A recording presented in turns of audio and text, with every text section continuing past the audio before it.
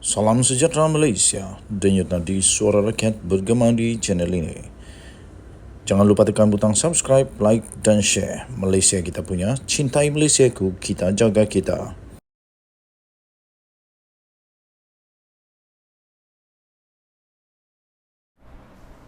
Salam sejahtera Malaysia, denyut nadi suara rakyat bergema di channel ini. Nampaknya berulang sekali lagi sejarah seolah-olah pernah terjadi dulu kalau anda masih ingat, di mana Zuraida Kamarudin dan Azmin Ali ketika mereka berpindah kepada Bersatu, otomatik mereka mendapat pangkat yang cukup besar di dalam parti Bersatu. Saya tidak pasti apa respon daripada ahli-ahli ataupun akar umbi Bersatu pada ketika itu, tetapi pastinya ada yang suka, ada yang tidak, kerana sudah ramai orang yang lama dengan Bersatu, tiba-tiba orang yang baru saja masuk Bersatu tiba-tiba dapat jawatan tinggi pula. Terbaru ini Muhyiddin dikatakan menawarkan Khairi Jamaluddin jawatan ahli MPT Bersatu. Wow. Presiden Bersatu Tan Sri Mahyadin Mat Yassin mengesahkan spekulasi lama bahawa Perikatan Nasional cuba untuk memikat bekas pemimpin UMNO iaitu Khairi Jamaluddin menjelang 6 pilihan raya negeri yang akan datang ini. Walaupun ketua gabungan itu menafikan bahawa Khairi Jamaluddin ditawarkan dengan jawatan Menteri Besar jika dia menyertai Perikatan Nasional, Muhyiddin mendakwa ada masa yang berbeza untuk menunggu bekas ahli Parlimen Rembau itu. Katanya, mengakui perkara itu, kalau dia masuk Bersatu, kita tawar dia Majlis Pimpinan Tertinggi MPT jika dia setuju, kerana kami tahu dia boleh menyumbang, kata Muhyiddin pada satu sidang akhbar di Kuala Lumpur pada hari ini. Khairi Jamaluddin dipecat daripada UMNO pada Januari dalam langkah presidennya Ahmad Zahid Hamidi membersihkan parti itu. Sebelum saya teruskan membaca berita ini, saya memberikan pendapat, idea saya, pandangan saya tentang perkara Khairi Jamaluddin. Pada pendapat saya, tuan-tuan dan puan-puan, sama ada anda setuju atau tidak terpulang kepada anda. Tetapi oleh kerana semua parti, bagi saya semuanya sama sekarang, pada pendapat saya, pandangan saya, lebih baik Khairi Jamaluddin bertanding saja secara bebas dengan menggunakan calon sebagai calon bebas. Terbukti ya tuan-tuan dan puan-puan, di Malaysia pada pilihan raya yang lalu, jika calon itu memang calon yang bagus, walaupun dia tidak bertanding pada satu parti yang besar atau yang kecil, yang terkenal, yang banyak rasuah, yang tak ada rasuah, yang banyak kes, tak ada kes, yang banyak macam-macam lah banyaknya. Tapi kalau dia memang seorang yang boleh diterima oleh rakyat, dia tetap akan menang.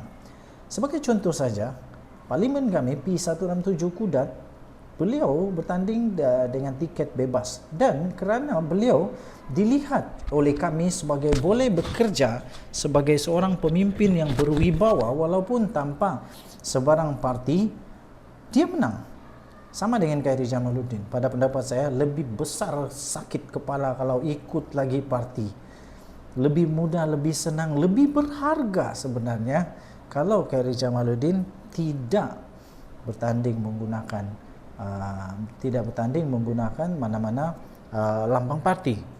Lebih baik dia bertanding bebas, kerana dia bebas untuk bersuara, dia bebas untuk memilih nanti. Walaupun tidak menunjukkan, saya sambung semula, walaupun tidak menunjukkan seberang langkah untuk menyertai semula politik sejak itu, Khairi membisu apabila dia hadir ke Majlis Aidilfitri anjuran Yayasan Gulf Amal Muhyiddin pada Sabtu yang lalu. Ditanya jika ini petanda akan menjadi ahli Khairi Jamaluddin, Muhyiddin berkata menjadi harapan semua dalam Perikatan Nasional. Katanya, dia tidak memohon untuk menyertai Bersatu, tetapi saya tawarkan dia, dan tawaran itu masih berlaku, katanya.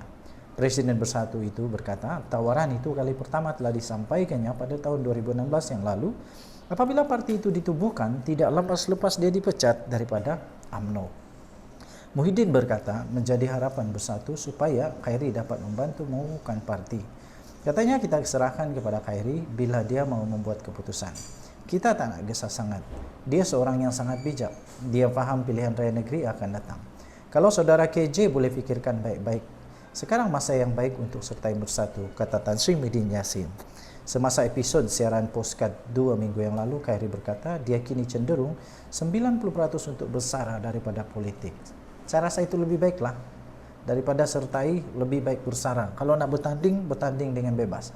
Dalam episod itu, dia turut menyoal tetamunya, iaitu bekas ahli Parlimen Bangi, Ong Kian Ming, sama ada dia patut menyertai DAP atau tidak. Ong menjawab secara positif, berkata Khairi dan host bersama siaran podcast itu, iaitu Saril Hamdan Sufian, boleh menjadi calon Perdana Menteri untuk DAP. Denyut nadi suara rakyat bergema di channel ini. Apa pendapat anda? Adakah Khairi Jamaluddin sesuai dengan bersatu? Ataupun anda pun turut bersetuju dengan saya bahawa Khairi Jamaluddin sepatutnya jangan masuk bersatu atau parti-parti yang lain, atau dia lebih baik untuk bertanding secara bebas?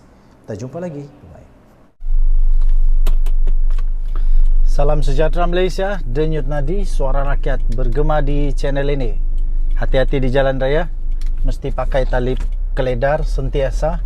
Lepas itu mesti kalau nak bercakap hands free. Hati-hati. Cuaca pula panas sekarang ini. Di mana-mana di seluruh Malaysia ini memang cuaca panas betul.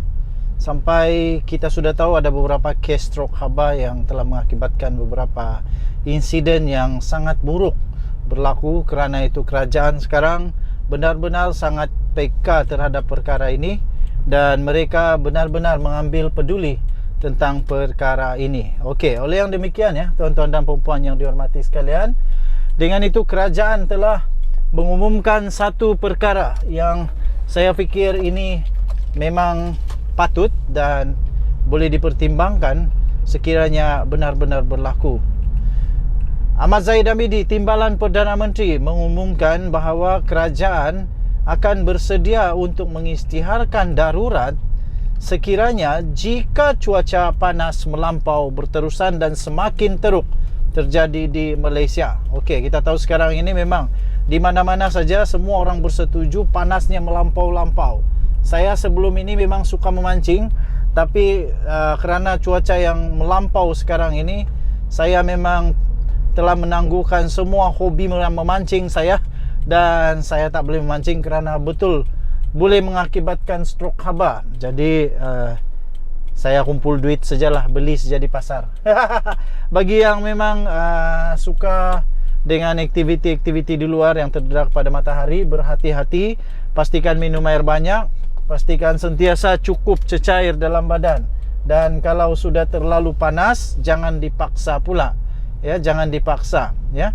Jadi kerajaan sedia untuk mengisytiharkan darurat jika cuaca panas di negara ini mencapai satu suhu melampau.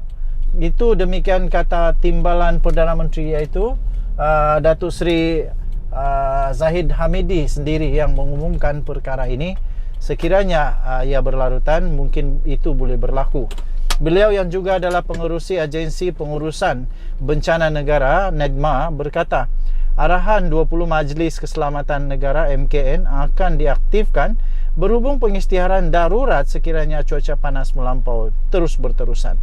Kita sedang pantau 24 jam katanya. Kalau ada darurat kita akan buat pengumuman. Buat masa ini belum lagi katanya. Pada satu sidang media selepas mempengerusikan mesyuarat Jawatan Kuasa Pengurusan Bencana Pusat JPBP bilangan 1 2023 di Perdana Putra di Putrajaya pada hari ini. Denyut nadi suara rakyat bergema di channel ini. Saya harus berhenti dulu daripada bercakap kerana saya akan masuk ke stesen petrol untuk mengisi minyak. Bahaya, dan undang-undang pun tidak membenarkan ya.